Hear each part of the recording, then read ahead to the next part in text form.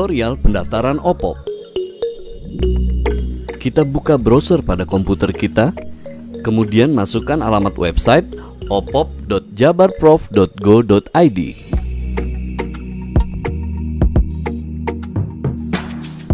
Nah, sekarang laman website OPOP sudah terbuka. Kita bisa lihat ada informasi pendaftaran program OPOP 2021. Di sini juga terdapat brosur OPOP. Kemudian ada latar belakang. Lalu informasi jumlah pesantren. Ada portal berita dan juga galeri. Untuk mulai pendaftaran bisa langsung melalui menu pendaftaran. Klik daftar pesantren atau dapat melalui tombol form pendaftaran OPOP di bawah. Nah, kita sudah masuk ke laman pendaftaran. Untuk kolom di bagian kanan ini adalah form pendaftaran OPOP. Sebelum melakukan pendaftaran, kita baca dulu persyaratan pendaftaran OPOP 2021.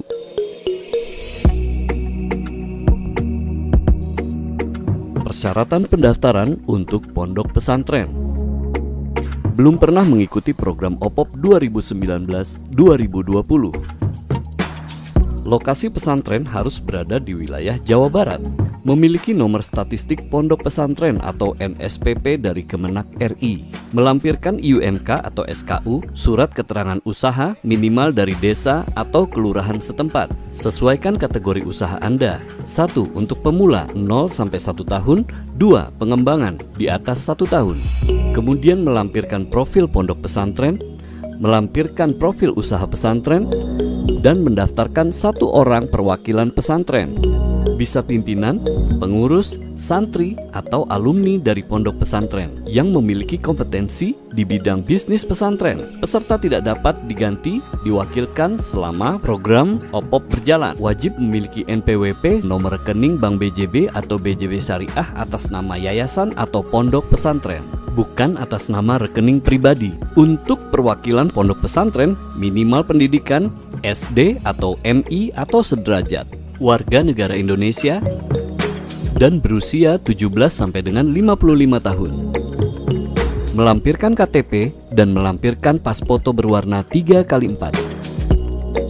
Memberikan surat keterangan sehat dari dokter atau puskesmas, surat keterangan kelakuan baik, surat tugas dari pimpinan pondok pesantren, melampirkan foto produk terbaru, melampirkan proposal pengembangan usaha pesantren. Pada brosur OPOP ini, Anda dapat melihat timeline program OPOP 2021. Sekarang kami akan jelaskan terlebih dahulu untuk dokumen persyaratan lampiran yang akan diupload atau diunggah. Logo pesantren harus dalam bentuk format file JPG atau PNG. Kemudian, foto pesantren tampak depan format file JPG atau PNG. Foto pesantren tampak samping, foto asrama pesantren, kemudian foto masjid, foto ruang kelas, NPWP pondok pesantren, dan NSPP pondok pesantren, semua diupload dalam format file JPG atau PNG. Untuk file profil pondok pesantren, format file harus PDF. Untuk template profil pondok pesantren bisa di-download atau diunduh. Bisa langsung mengisi data yang disesuaikan dengan pondok pesantren masing-masing. Kemudian persyaratan produk atau usaha pesantren. Harus melampirkan foto produk terbaru. Kemudian ada proposal pengembangan usaha pesantren dan format file yang diupload atau diunggah adalah file PDF. Di halaman ini kita dapat mendownload contoh-contoh proposal yang sudah ada. Tinggal disesuaikan saja dengan jenis usaha pesantren Anda. Apakah usaha pesantren Anda termasuk startup di mana lama usahanya 0-1 tahun? Atau usaha pesantren Anda termasuk scale up, di mana lama usahanya di atas 1 tahun. Ingat, file yang diupload dalam format PDF.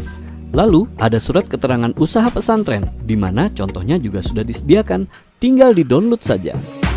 Kemudian diisi disesuaikan dengan pondok pesantren masing-masing. Surat keterangan ini harus ditandatangani, kemudian difoto yang jelas atau di-scan untuk dikirimkan dalam format file JPG atau PNG. Selanjutnya, profil usaha pesantren tinggal di-download, diisi, kemudian dikirimkan dalam format file PDF. persyaratan perwakilan atau peserta dari pesantren. Melampirkan foto KTP dan ijazah terakhir. Format yang diupload atau diunggah adalah JPG atau PNG. Kemudian, surat keterangan kelakuan baik. Juga ada surat keterangan sehat. Format yang diupload atau diunggah adalah JPG atau PNG. Pas foto berwarna 3x4 diupload dalam bentuk JPG atau PNG, surat tugas dari pimpinan pondok pesantren, download template-nya, kemudian kirimkan dalam format JPG atau PNG.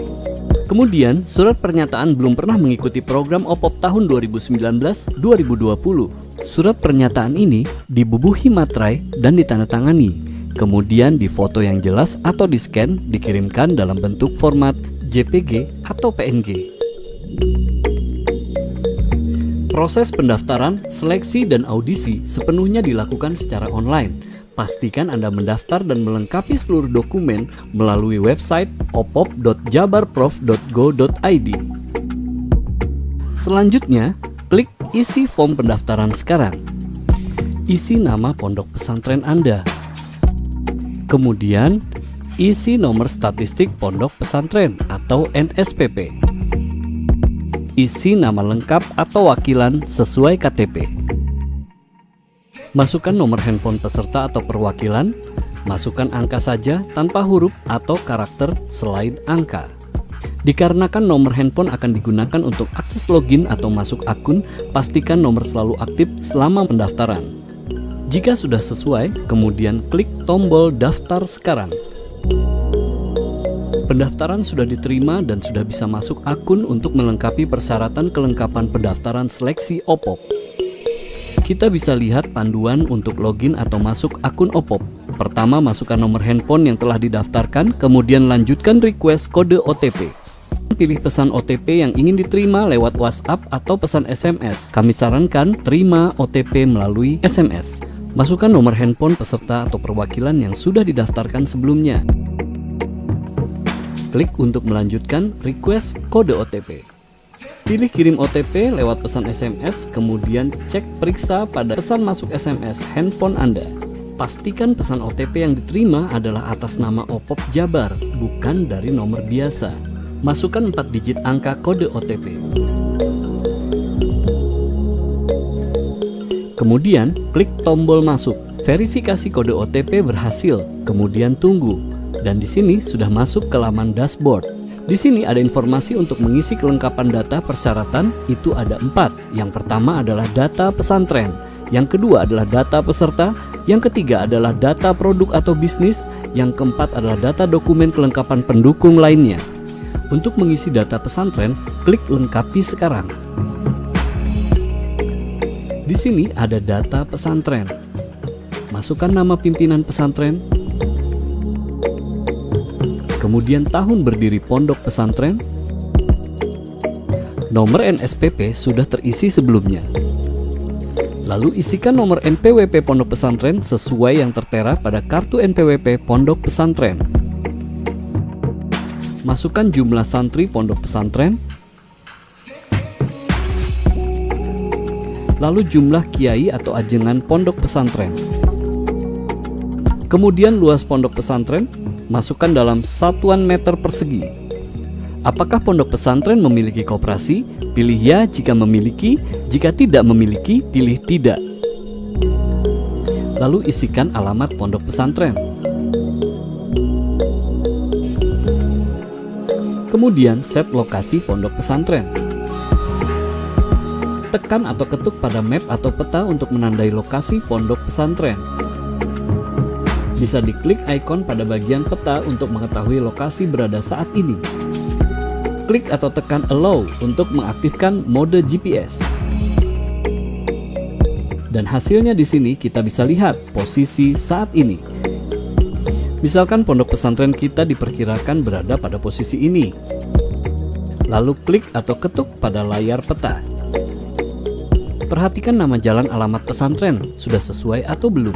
Jika belum, silahkan digeser untuk menyesuaikan. Jika sudah sesuai, klik simpan lokasi. Masukkan RT RW alamat pesantren. Pilih Provinsi Jawa Barat, lalu pilih kota atau kabupaten dan kecamatan. Lalu pilih kelurahan dan kode pos. Untuk nomor telepon pondok pesantren bisa memasukkan nomor kantor atau nomor pimpinan, kiai, atau ajengan.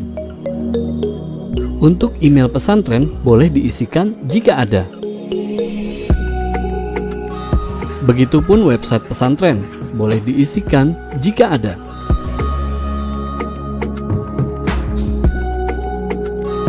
Untuk rekening pesantren, isikan nama rekening pesantren bukan atas nama rekening pribadi atau peserta.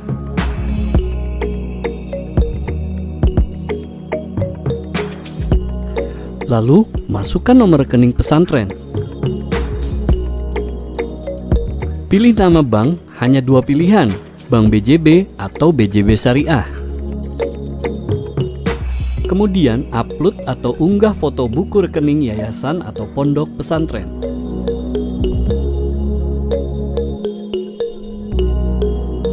Kemudian, simpan data pesantren. Periksa kembali apakah data sudah benar dan sesuai. Jika sudah, klik simpan data pesantren, kemudian klik lengkap.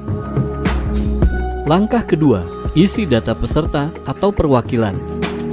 Nama peserta sudah terisi sebelumnya, kemudian isikan nomor KTP. Lalu, alamat email peserta. Tempat lahir, pilih tanggal lahir, pilih jenis kelamin, pilih pendidikan terakhir peserta, lengkapi alamat peserta berikut dengan RT dan RW.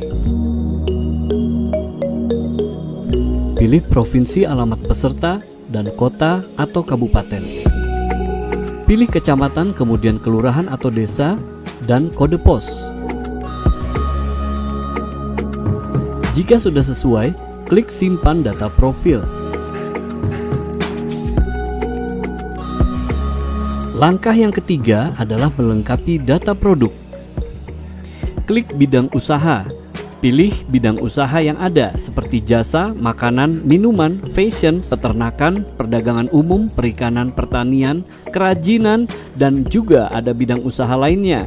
Jika ada bidang usaha yang tidak berkategori, bisa dipilih bidang usaha lainnya, kemudian isi nama bidang usaha lainnya.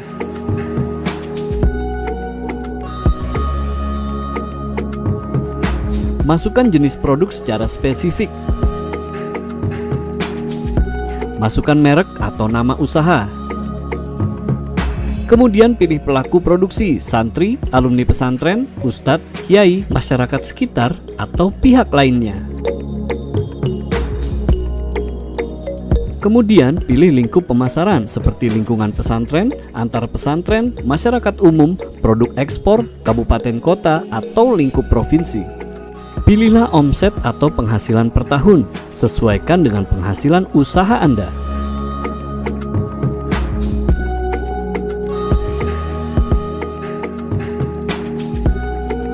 Tuliskan deskripsi produk atau usaha maksimal 160 karakter. Pilih lama usaha 0 sampai 1 tahun atau di atas 1 tahun. Untuk badan usaha ada 3 kategori, PT, koperasi, atau CV. Jika tidak ada, pilih tidak ada.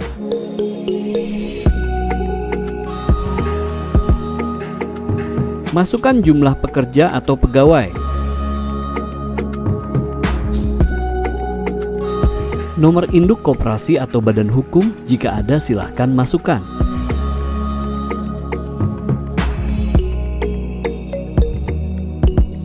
Jika sudah sesuai, kemudian simpan data produk.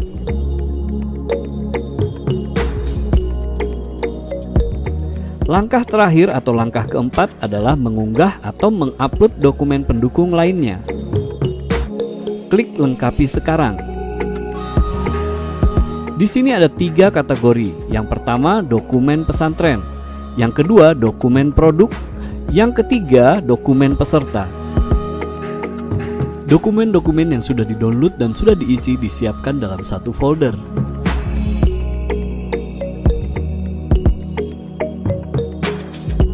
Yang pertama, upload atau unggah logo pesantren. Kemudian, klik upload. Untuk mengupload file bisa ditarik atau diseret, ditarik ke sini atau juga bisa klik telusur.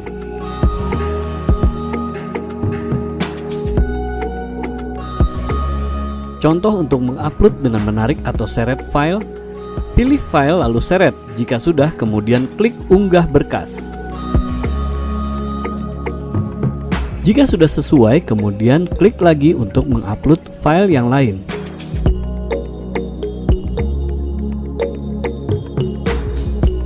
Kurang lebih prosesnya sama untuk upload. Silahkan lanjutkan upload dokumen lainnya sampai semua dokumen persyaratan terupload.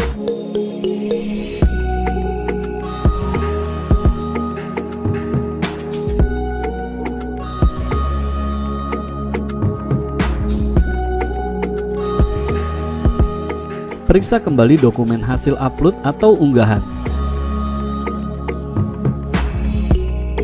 Jika sudah diperiksa, kembali ke menu laman dashboard. Anda bisa lihat di sini bahwa data sudah terisi. Untuk memastikan semua data benar, periksa kembali data-data yang ada, seperti data pesantren, data produk, data peserta, dan semua data-data uploadan yang telah kita upload. Jika data sudah sesuai semua, bisa langsung klik cetak formulir data pendaftaran. Tapi ingat, setelah Anda cetak formulir, maka data-data yang sudah ada tidak bisa diedit atau diubah.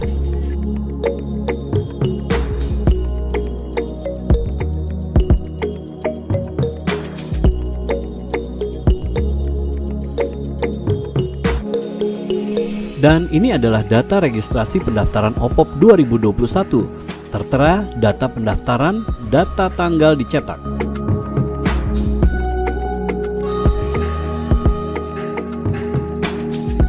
Kemudian ada informasi jadwal audisi, jadwal kegiatan, profil pondok pesantren, profil peserta, dan data produk, serta kelengkapan-kelengkapan lain yang telah diupload.